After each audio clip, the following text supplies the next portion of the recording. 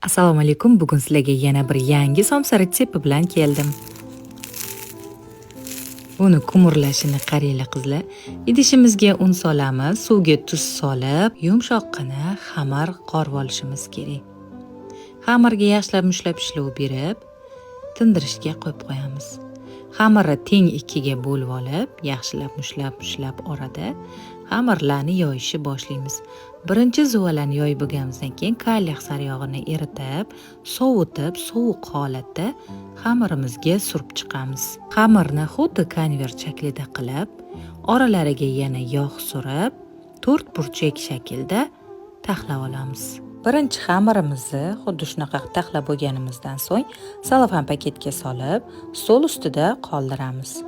Ikkinchi xamirimizni ham yoyib, yupqagina qilib, ustiga yana saryog' suramiz. Saryog'ni yaxshilab surib, o'rtasiga birinchi xamirni qo'yib, xuddi birinchi xamirni qanday to'rtburchak shaklga keltirgan bo'lsak, ikkita xamirimizni ham xuddi shu shaklga keltiramiz. Oralariga albatta saryog' suramiz. Bu xamirimizni ham salofan paketga solib, yarim soatga xolodilnikka jo'natamiz. Nachinkasi uchun kartoshka, piyoz, tovuq go'shtidan foydalandim. Tuz va ziravorlarni solib, yaxshilab aralashtiramiz.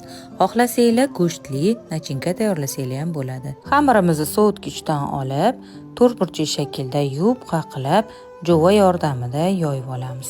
Oddiy somsaga qanaqa qalinlikda yoysanglar, buni ham xuddi shunaqa qilib yoyasizlar va menga o'xshab o'qlovda tekis qilib to'rtburchak qilib kesib olamiz.